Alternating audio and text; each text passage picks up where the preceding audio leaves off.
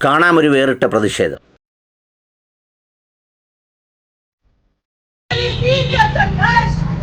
कोई धर्म का झगड़ा नहीं है, कोई मुसलमान और यहूदी बनाम का झगड़ा नहीं है, बल्कि फिलिस्तीन की लड़ाई अपनी आजादी की लड़ाई है।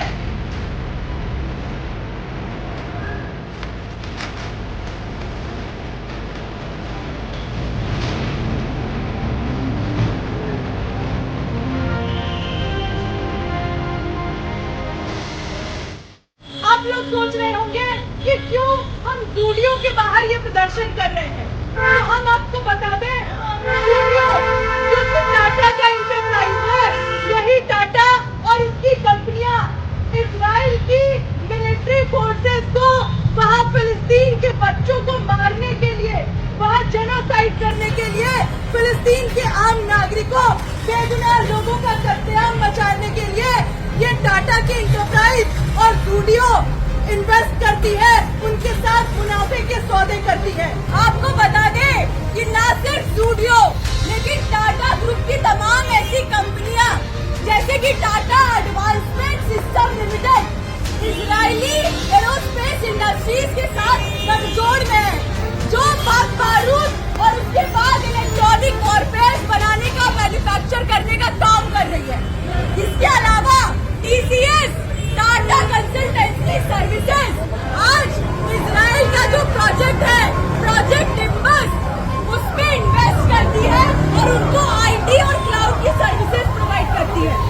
तो ये सवाल आप पर है, आज आप पर ये सवाल बनता है कि आप अपनी मेहनत की कमाई का पैसा क्या बच्चों की नरसंहार में, जेनोसाइड में लगाना चाहते हैं, या फिर आज हमारे इस मुहिम के साथ खड़े होना चाहते हैं और फलस्तीनी आवाम के जो लिबरेशन मूवमेंट है उसके साथ खड़े होना चाहते हैं, उसको आगे बढ़ाना चाहते हैं। ഈ അലറി വിളിക്കുന്ന മനുഷ്യർ അവരുടെ ലാഭത്തിന് വേണ്ടി അലറി വിളിക്കുന്നതല്ല. രാജ്യദ്രോഹം പറഞ്ഞതിൻ്റെ പേരിൽ ചാനൽ സസ്പെൻഡ് ചെയ്യപ്പെട്ട് വീണ്ടും പുനരവതരിപ്പിച്ച് വന്നിരിക്കുന്ന മാത്യു സാമുവൽ എന്ന ആ പാഴ്ജന്മം പറയുന്നത് പോലെ ജമാഅത്ത് ഇസ്ലാമിക്കാരുടെ നടപടിയുമല്ല. ഇത് ഇന്ത്യയിൽ ലോകത്തിൻ്റെ വിവിധ ഭാഗങ്ങളിലുള്ളതുപോലെ ഈ ഇസ്രയേലിൻ്റെ ജനോസൈഡിനെതിരെ ശക്തമായി പ്രതികരിച്ചുകൊണ്ട് നിലനിൽക്കുന്ന ഒരു ഓർഗനൈസേഷനുണ്ട്. ആ ഓർഗനൈസേഷൻ്റെ പേര് BDS ഇന്ത്യ എന്നാണ്. A movement in India for boycott, divestment and sanction of Israel as a part of global movement in solidarity with Palestine. പലസ്തീനിലെ കുഞ്ഞുങ്ങളെ ഈ ദിവസങ്ങളിലും കൊന്ന് തള്ളുന്ന ക്രൂരത, അതിനെതിരെ പ്രതികരിക്കുന്നതിന് വേണ്ടിയാണ് ഈ പറയുന്ന സംഘം പ്രവർത്തിച്ചു പോരുന്നത്. അതിൽ മഹാഭൂരിപക്ഷവും ഇസ്ലാം മതത്തിൽപ്പെട്ടവരൊന്നുമല്ല, മറ്റിതര സഹോദര സമുദായത്തിൽപ്പെട്ട മനുഷ്യരാണ്. അവരൊക്കെയും ഇത് കണ്ടുകൊണ്ട് നിൽക്കാൻ കഴിയാത്തതുകൊണ്ട് ഈ കൂട്ടക്കൊല അവസാനിപ്പിക്കണമെന്ന ലോകത്തിൻ്റെ നിർബന്ധമായ ആ വേദനയ്ക്കൊപ്പം ശബ്ദമുയർത്തുന്നവരാണ്. അവർ കഴിഞ്ഞ കുറേ ദിവസങ്ങളായി നമ്മുടെയൊക്കെ പോപ്പുലർ ബ്രാൻഡായ സ്റ്റുഡിയോയുടെ മുന്നിൽ ഇതേ പ്രതിഷേധവുമായി നിറഞ്ഞു നിൽക്കുന്നുണ്ട്. ടാറ്റയുടേതാണ് സ്റ്റുഡിയോ, നിങ്ങൾക്കറിയാം. അവിടെ വരുന്ന വസ്ത്രങ്ങളും അതിൻ്റെ പോപ്പുലാരിറ്റിയുമൊക്കെ ഇന്ന് പുതിയ തലമുറയിൽ ഒരുപാട് പേർ ആവേശത്തോടെ എടുത്തണിയുന്നതാണ്.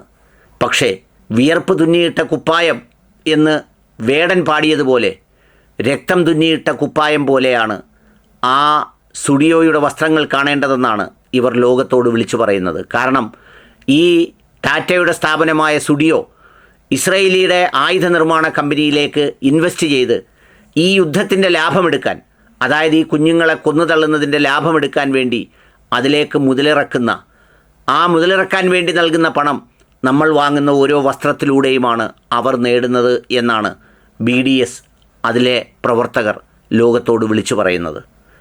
അതെ, ഇത്തരം സന്ദർഭങ്ങളിൽ ഇത്തരം ചെയ്തികൾക്കെതിരെ പ്രവർത്തിക്കുന്നവരെ പണ്ട് സിവിൽ ഡിസൊബീഡിയൻസിലും നിസ്സഹകരണ പ്രസ്ഥാനവുമൊക്കെ നമ്മുടെ രാജ്യത്തിൻ്റെ സ്വാതന്ത്ര്യത്തിൻ്റെ ആയുധങ്ങളായിരുന്നു. നമ്മളെ ചൂഷണം ചെയ്യാൻ വന്നവർക്കെതിരെ നമ്മുടെ രാജ്യത്തിൻ്റെ മഹാത്മാവ് ഗാന്ധിജി മുന്നോട്ട് വെച്ച ആ നിസ്സഹകരണ പ്രസ്ഥാനം പോലെ ഇത്തരം സ്ഥാപനങ്ങളോട് സഹകരിക്കരുതെന്നും, നിങ്ങൾ അവിടെ നൽകുന്ന വസ്ത്രത്തിൻ്റെ വില ആ കുഞ്ഞുങ്ങളുടെ ശരീരത്ത് പുതയ്ക്കുന്ന അവസാന യാത്രയുടെ മൃതദേഹത്തിൻ്റെ പുതപ്പിന് തുല്യമാണെന്നും ലോകത്തോട് വിളിച്ചു പറയുന്നു ഈ സംഘം. അവരുടെ പ്രതിഷേധത്തിൻ്റെ കനലുകൾ വിവിധ സ്ഥലങ്ങളിൽ അങ്ങനെ നിറഞ്ഞു നിൽപ്പുണ്ട്. ഇന്ന് നമ്മുടെ ഗ്രാമങ്ങളിലും നാടുകളിലുമൊക്കെ ഇതിനോട് ഹരം കൊണ്ട് പലരുമൊക്കെ പലതും ലാഭമായി കാണുന്നവരുണ്ട്. പക്ഷേ ആ ലാഭത്തിൽ ഈ രക്തക്കറയുണ്ട് എന്നാണ് ഇവരുടെ അഭിപ്രായം. മനസാക്ഷിക്ക് വിടുന്നു, ചിന്തകൾക്ക് വിടുന്നു, മനുഷ്യനാകാൻ.